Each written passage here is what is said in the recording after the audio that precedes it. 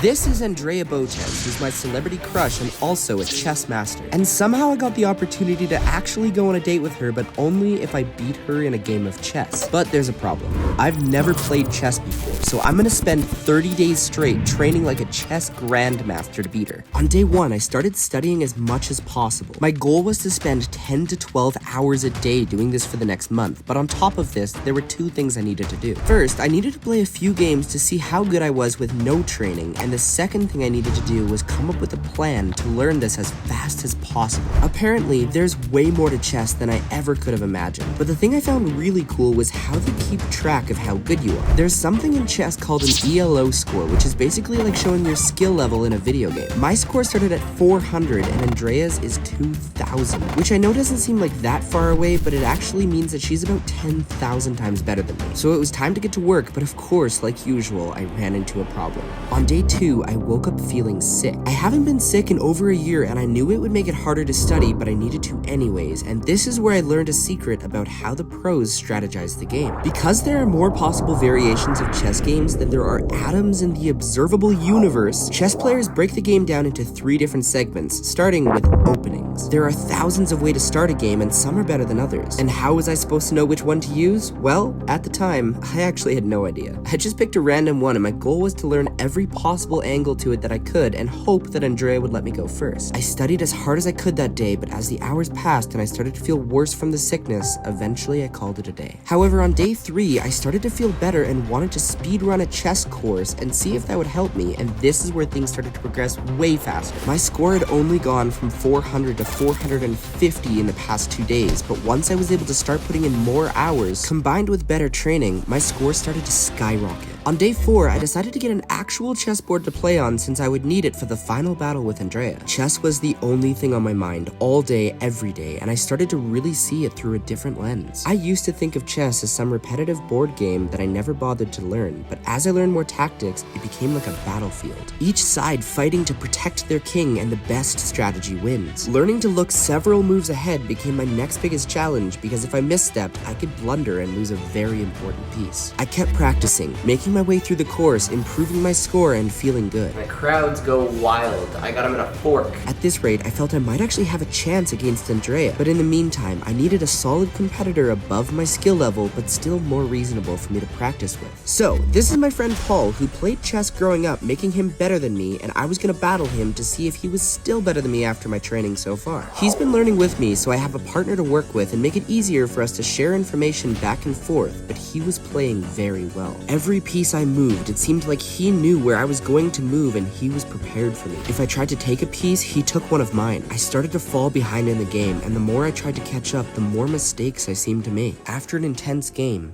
I lost, and this is where things started to go downhill really fast. My score, which was now just below 600, seemed to plateau. For every game I'd win against this skill level, I'd lose just as many. The more I'd lose, the more frustrated I'd feel. At this rate, not only would I never beat Andrea, but I was worried I would look like a fool, being likely one of the worst players she's ever played. There was so much pressure for me to impress her, and it seemed like there was nothing I could do to learn any faster. I kept making mistakes and losing pieces because I wasn't good enough at visualizing the board. So, Paul and I came up with a crazy idea to practice our visualization. We were gonna play another game, but blindfolded.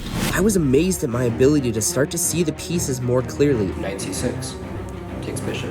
And it seemed like I was able to remember where the pieces were better than Paul. Bishop take e4. But when we took off the blindfolds, we saw that Paul was actually only one move away from checkmate. However, this brings me to the second stage of chess called the mid-game. For me, one of the hardest parts, where during the game your strategy shifts from preparation to attacking. Planning out the game so that when all your trades are done, you are left ahead. And as the days passed by, I kept improving, but slowly. I started to see that this game had a lot more to do with your mental state than I thought. During the times I felt clear-headed and confident, I was winning a lot more. But as soon as I started to blunder, everything started to spiral downhill. But I wasn't gonna give up. It was important to me that I at least impress Andrea, so no matter what, I didn't stop practicing. And eventually, I started to become an even match to Paul, where I would win just about as many games as I'd lose. Things were looking up, but with less than 20 days left to train, I was far behind where I needed to be. On day 14, I decided to train like Magnus Carlsen, the world's greatest chess player, to see if his routine could teach me anything new, and surprisingly, it actually did. I woke up at 9 a.m. and got ready to eat breakfast. Magnus apparently is a vegetarian, so for the first time, I was gonna try a vegetarian diet.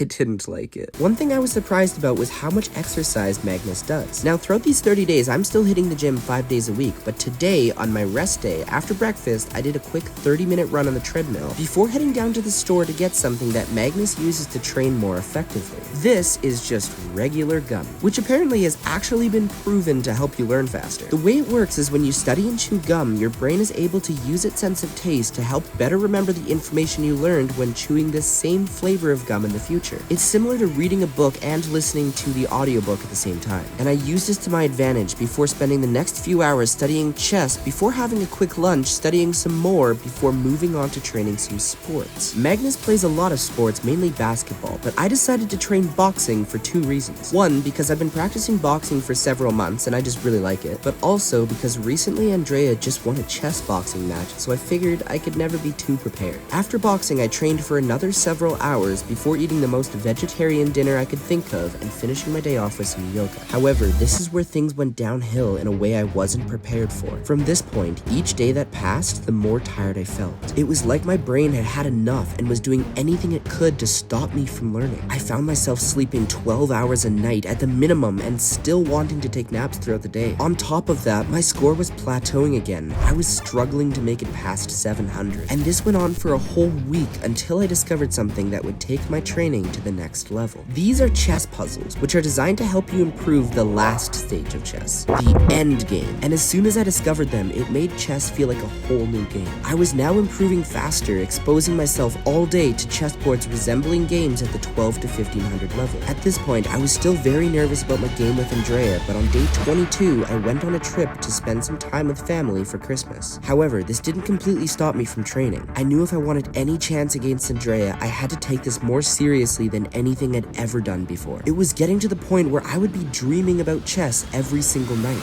I was starting to fall in love with the game itself. I finally hit an 800 rating. At this point, I don't think I'm gonna hit 1,000. I'm just gonna try and play and just have fun, and whatever the score ends up being is what it ends up being.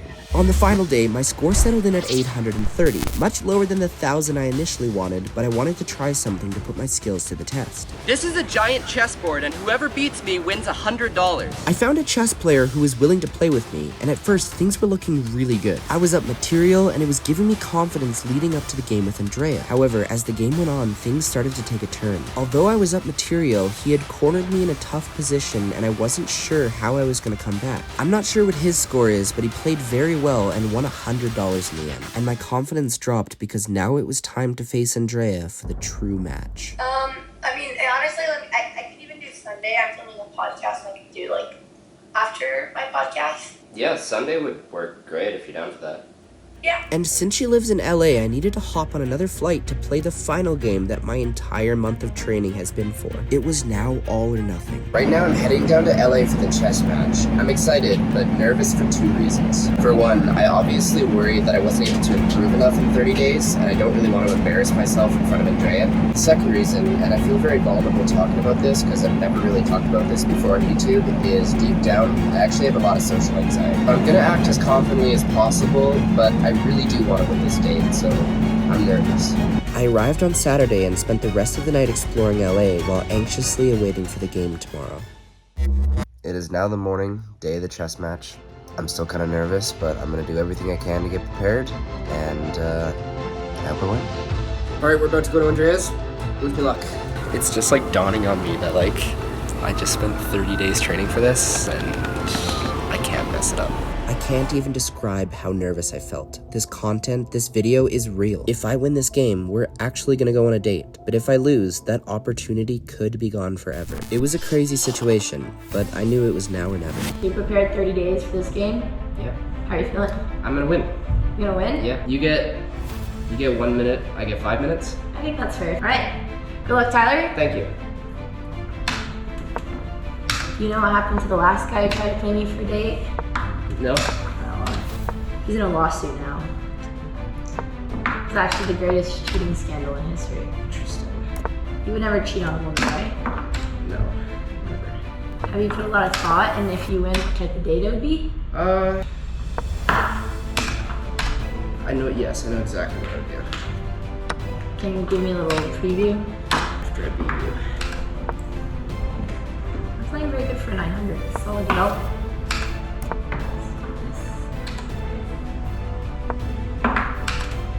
Good move. Okay, I'm gonna have it. Alright. You just have to survive. Yeah.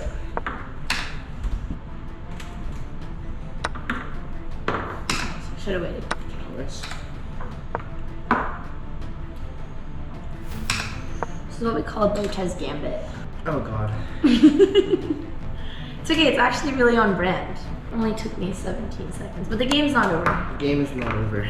I wouldn't give up yet, young Padawan. Oh my goodness. Oh, sorry, I should have used the other hand. It's okay, you need every help you can get. You're only a queen down. It's really not too bad. I agree.